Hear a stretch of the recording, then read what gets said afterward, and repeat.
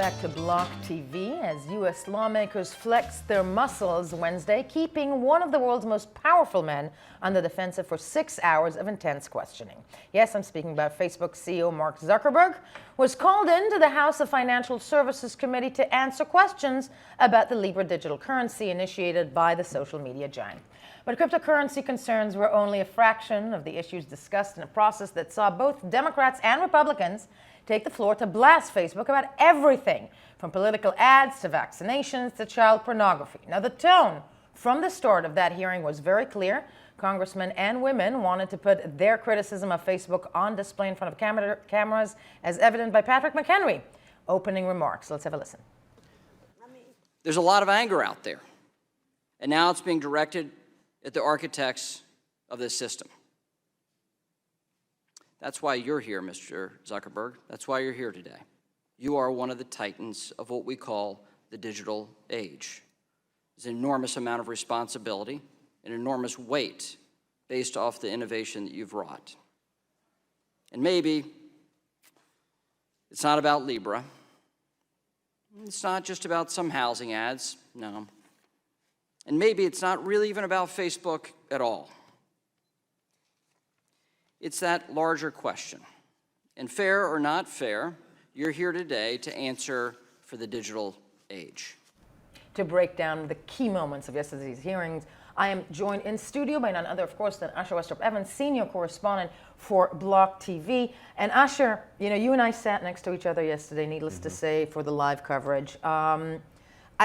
I'm going to hand it to Zuckerberg before we start. I'm personally scared of Facebook, even though I dabble in it. It was tough to sit there and seriously be blamed for everything from vaccination. Right. I waited for them to blame him for cancer, for world hunger, and the Holocaust. But what were the key moments? Yeah, look, I mean, certainly, yeah, as you indicated there, it does show there's a strong, I would say, maybe it's simmering, maybe at this point it's at a full boil, disdain for big tech as a whole, and I think Facebook spearheads that. Particularly in the wake of the Cambridge Analytica scandal of last year, that really rocketed Facebook as the front runner in terms of the disdain that people have for the high-tech world as a whole, on both sides. We're talking. This is a bipartisan. Everybody hates bipartisan Facebook. effort. Yeah, everyone can agree for their own reasons they hate Facebook. But we do have to drill down here because, as you said, there was 6 hours of testimony, much of which didn't actually deal with Libra at all. But let's focus in on the parts that did, because obviously that's what we're interested in talking about here. So I've chosen a few key points that I think were critical, sort of key points of discussion there. And we'll open with, of course, the woman who opened the agenda, Chairwoman Maxine Waters, who put a straight-out request to Facebook and to Zuckerberg regarding a moratorium. Let's take a listen to what she had to say. I and other Democrats have called for a moratorium on Facebook's development of its digital currency Libra and digital wallet Calibra until Congress can examine the issues associated with a big tech company developing these digital products and take action. As I have examined Facebook's various problems, I've come to the conclusion that it would be beneficial for all if Facebook concentrates on addressing its many existing deficiencies and failures before proceeding any further on the Libra project. Really, the woman spearheading this entire campaign is Maxine Waters. They're putting actually the kibosh on. You're not going to move ahead, right? All right. No, I was unless just we regulate this. Stating there that Democrats want them to not even move ahead with the developmental stage. Now, this was a view not necessarily contrasted by all there. Some said development can move forward, but in a more in a limited fashion, working with regulators, etc. But Zuckerberg made his case. He came back with talking about the importance of Libra, and let's hear in his own words what he had to say about that. I just think if you look at it today, you have your mobile phone, you have WhatsApp, right? You can text someone around the world. It's end-to-end encrypted. It gets there in less than a second, a lot less than a second. Right. It's easy to use. I just don't see why you shouldn't be able to send money in the same way. Yeah. It should be able to get there quickly. It shouldn't take days to get there, like current remittances do. Right. It should be free or extremely affordable. I mean, it may not be able to be completely free because we'll have to comply with a lot of these regulations, and that will require people and work. Right. But just like the cost of text messages used to be very high before there was competition in that space, I think that the cost of money transfers should come down dramatically too, and enabling that kind of competition and kind of a new way of thinking about the space is fundamentally what we're trying to go for. And you know what, Usher, he's actually right. It shouldn't cost that much. SWIFT is kind of outdated. It is. Did that resonate to anyone, though? Look, I mean, I think that was one of those things that quickly got swept up in the milieu of attacks and sort of reprisals and sort of things that were going on there regarding Facebook. People weren't, and maybe this isn't that's the the space point for of it. Right, but maybe this isn't the space for it. As we've seen with these congressional hearings in the past, this is more for showboating, particularly when you've got a big name like Mark Zuckerberg there on the stand. There was less interest in really getting into the nitty-gritty of specific details. That being said, there were elements addressing, I suppose, the business side, the legitimacy side of the entire Libra Association and its project, because that was something that Mark Zuckerberg addressed and we talked about in his opening statements. Right. He addressed that specifically, saying that, you know, we might not be the ones you want to see in the chair, but we're moving Spearheading ahead. this thing. Exactly, because somebody needs to do it and we have our partners along the way. And now there was an interesting point in which Representative Ted Budd, a Republican from North Carolina, stated a very interesting point talking about the partners. There was an interesting back and forth that is still involved in the Libra Association. Let's take a listen to that. Libra's been in the works within Facebook for the past year. And since the announcement of the potential members, PayPal, Stripe, Visa, MasterCard, and eBay have walked away from the association due to various regulatory and political concerns. Now, it's notable that every U.S. payment processor has exited the association. Unlike current Libra Association members like Uber and Lyft and various venture capital firms, payment processors were given one of the most difficult tasks when it comes to digital assets, and that's anti-money laundering and know your customer compliance. So with no major U.S. payment processors left in the Libra Association, how do you see the Libra Association building a compliance regime that adheres to the AML, BSA, or the anti-money laundering know your customer provisions that this body has worked hard to put into place? Congressman, thank you. So my understanding is there are still payment companies that are part of the association, and of course David Marcus, who runs the Calibra subsidiary for Facebook, has run large financial services companies. He was the president of PayPal before coming to Facebook. So I think we have the right expertise to work through these problems, and we will work with regulators to come up with solutions on them. First of all, good to see that some of the congressmen and legislators did their homework, They did. because I think also you and I could agree, well, I'll make you agree with me, that 2 months ago, when was it, June, when they were sitting there were some arguments and questions that came about that really made you wonder if they understand the idea behind digital currency. But his answer, at the end of the day, he took everything, not just with stride, but had an answer to each and every look, argument. Zuckerberg, that is, went out straight out and said, look, we may have lost these other big payments processes, but we still think we have the credibility with those we have left. Citing, of course, David Marcus, former president of PayPal, as deriding that credibility. It's a little, the logic seems a tad circular to me. That they're sort of saying that, Facebook is not involved, we're not the key player. They're the only ones, yet, I mean, you and I know that they're the only ones holding it together right exactly. now. I mean, as the And BBC so do they. reported from several sources yesterday, they were stating that the payments still haven't come through from those other players, that $10 million required from the other Libra Association members in order to become a full node. So, there are credibility issues around whether Facebook is in charge of this project or not. And certainly that was sort of being addressed and put on the table there, with Zuckerberg seeming to sort of want to have his cake and eat it too, in that sense of saying there are payment processors still involved. Oh, they're mostly coming from us, but we're not the spearhead I'm of this almost project. wondering why he didn't push home even further the whole notion of, look, this needs to happen. Right. Maybe you don't want us to be the ones, Right. steering the ship, but we're so late on everything. Right. Well, he did touch on that to a degree. I mean, in a more general sense, obviously not making such a pointed attack, but he talked about the current standing of the U.S. financial infrastructure, and we can take a listen to what Zuckerberg has to say about that. I'm generally in favor of ideas and innovation all across the space. I think that the U.S.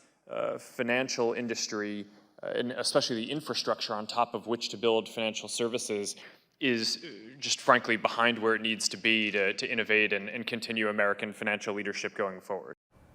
And, you know, at the end of the day, instead of saying China, China, China, China, China, again, you know, there I find myself and asking you, he's right in that respect. Yeah, no, 100%. I mean, that has been known for a long time around the world. The US tied to this very extensive legacy financial system.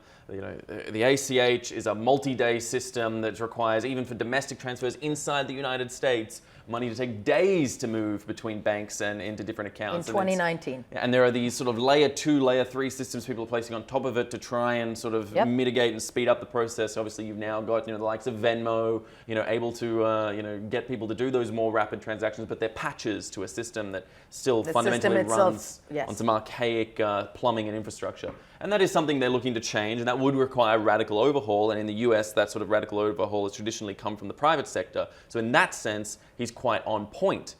That being said, there are many who are, you know, not so keen with that private sector initiative being spearheaded by Facebook, as we've seen. But that's where the next argument comes into play, Yael. And this, I think, argument was designed more to sort of appeal perhaps to the Republican Party, to the Trump administration, current sort of issues being put out there, but also to that sort of patriotism and sense of American nationalism. That's, of course, the China argument. And that was well encapsulated in an encounter between Zuckerberg and Roger Williams, a Republican congressman from Texas. We could hear that back and forth now. Mr. Zuckerberg, what other countries, primarily China, are doing in the digital currency space?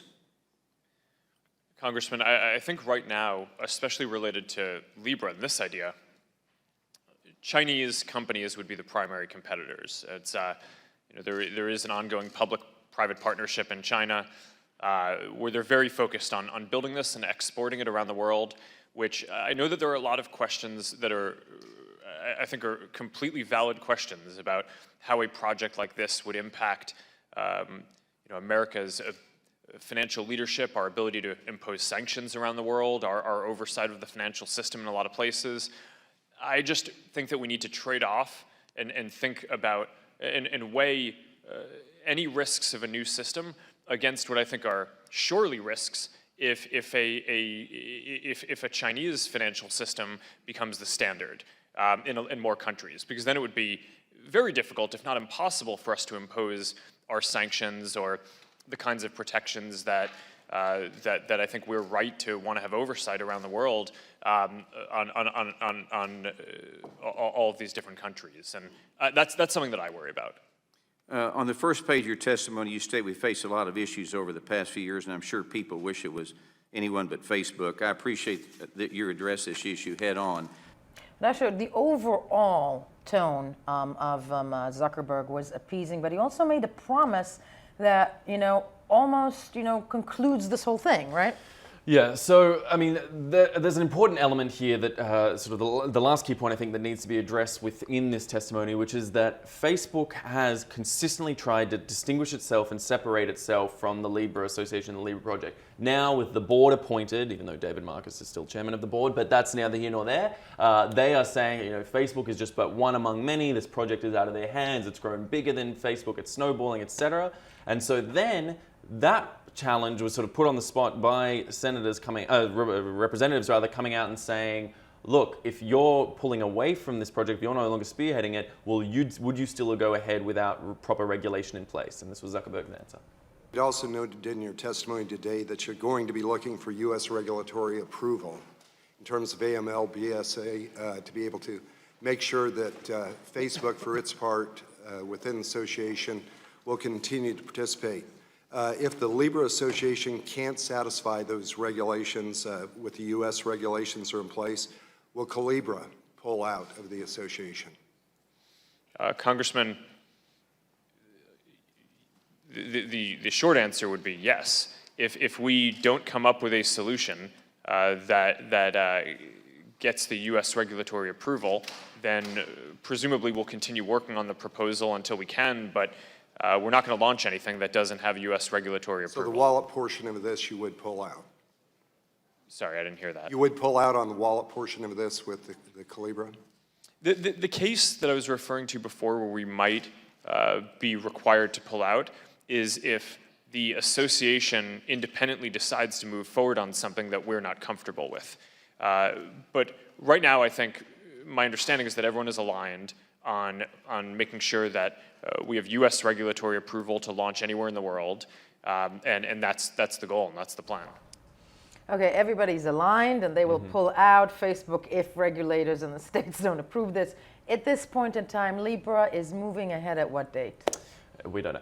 There was certainly nothing conclusive came out of that hearing yesterday about when a date will occur. I mean, there was so many points about dealing with regulators and the number of regulatory agencies that they'd have to get on board, which is a staggering number of agencies inside the U.S. government that they would need to get on board with this project for it to move forward. So a date still seems a very far-fetched thing. The last we ever heard was from Tom Burrell talking at Ethereal, the COO of Calibra coming out and saying that they would have a second half of 2020 loose launch date, which is already a pushback from their original first half of 2020. It all seems wildly ambitious, Yael, and I would project, from a personal standpoint, just after hearing that hearing, it's not coming soon. Maybe the election needs to be dealt with. I was about to before. say, I think maybe the elections in 2020 will happen in the United States will happen first, and then maybe there'll be a timetable, if at all. That being said, they've got deep pockets when it comes to lobbying, And who knows? Yeah, we didn't say that. But that said, a fascinating day on the Hill yesterday. That was a very conclusive, very in-depth look at Mark Zuckerberg taking it like a man on the Hill. We were Cryptonomics and BLOCKTV. We'll be right back.